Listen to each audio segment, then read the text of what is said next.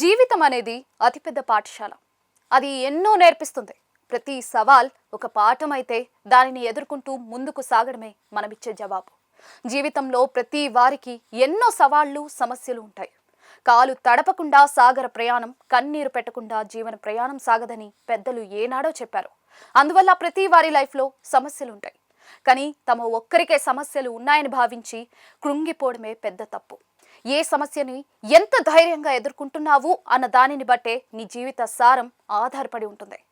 మనసులో ఎన్నో ఆలోచనలు ఉంటాయి. అన్నీ బయటకు చెప్పాలని లేదు. దానివల్ల ఇబ్బంది పడేది నీవే. ఎక్కడ ఓపెన్ అవ్వాలో, ఎక్కడ గుట్టుగా మెలగాలో తెలుసుకోవాలి. దాన్నే లౌక్యం అంటారు. ఈ లౌక్యం గురించి తెలియకపోతే జీవితంలో బిగ్ ట్రబుల్స్ ఫేస్ చేయాల్సి ఉంటుంది. నేను చాలా ఓపెన్ అని, కుండ బద్దలు కొట్టినట్లుగా మాట్లాడతాను అని చెప్పుకోవడానికి గొప్పగానే ఉంటుంది. కానీ నిజంగా లైఫ్లో అలాంటి వారు ఎన్ని సమస్యలు పడ్డారు అన్నది వారికే తప్ప ఎవరికీ అర్థం కాదు.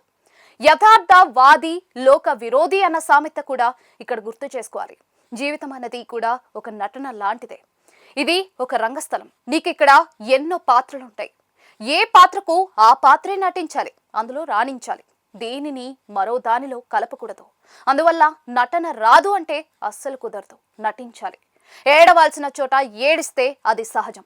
కానీ అక్కడ నవ్వితేనే జీవితం ఏంటో నీవు తెలుసుకున్నట్లు. చాలాసార్లు నవ్వు రాదు, కానీ నవ్వాల్సిందే. ముఖానికి పౌడర్ రాసుకున్నట్లుగా నీ ముఖ కవలికలను మార్చుకోవాల్సి ఉంటుంది. అంతేకాదు, ఎప్పటికీ తగ్గినట్లుగానే అప్పుడు నిన్ను నీవు మార్చుకోవాల్సి ఉంటుంది. అన్నీ నీకు నచ్చాలని లేదు, నీ కోసమే అవి మారాలని కూడా లేదు. ఇక్కడ బెస్ట్ థింగ్ ఏంటంటే నీవు మారడమే.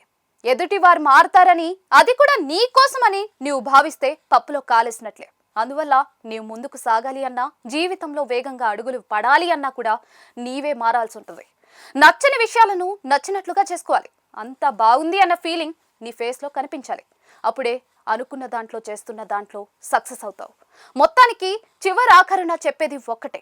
నీ జీవితానికి నీవే నిర్మాత, దర్శకుడివి, స్క్రిప్ట్ రైటర్వి, మేకప్ మ్యాన్వి కూడా.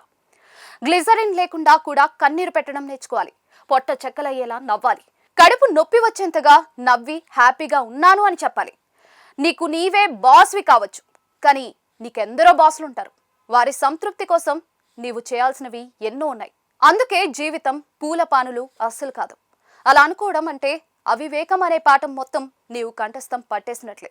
సో నీ తీరు నుంచి, రూపు నుంచి అన్ని టోటల్గా చేంజ్ చేసుకుంటేనే ఈ లోకంలో నీవు ఒకడిగా ఉంటారు. కనీసం నీ కోసమైనా జీవిస్తూ ఉంటారు.